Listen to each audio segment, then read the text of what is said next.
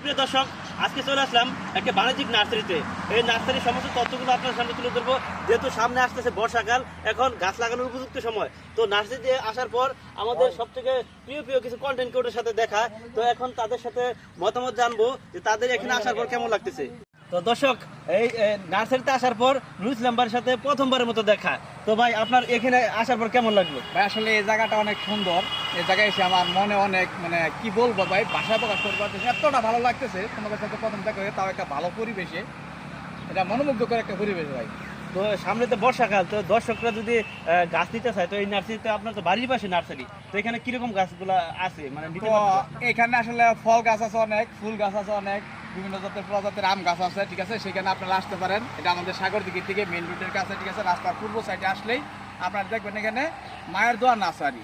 তো আপনারা সকালে আসতে পারেন এখানে, এবং আইসা সমস্ত কিছু নিতে পারেন পাইকারি রেটে। আপনারা পাইকারি নিতে পাবেন এই জিনিসগুলা। তো সুপ্রিয় দর্শক, আপনারা কিন্তু চাইলে কিন্তু এখান থেকে বিভিন্ন ধরনের গাছ নিতে পারেন। তো অসংখ্য ধন্যবাদ।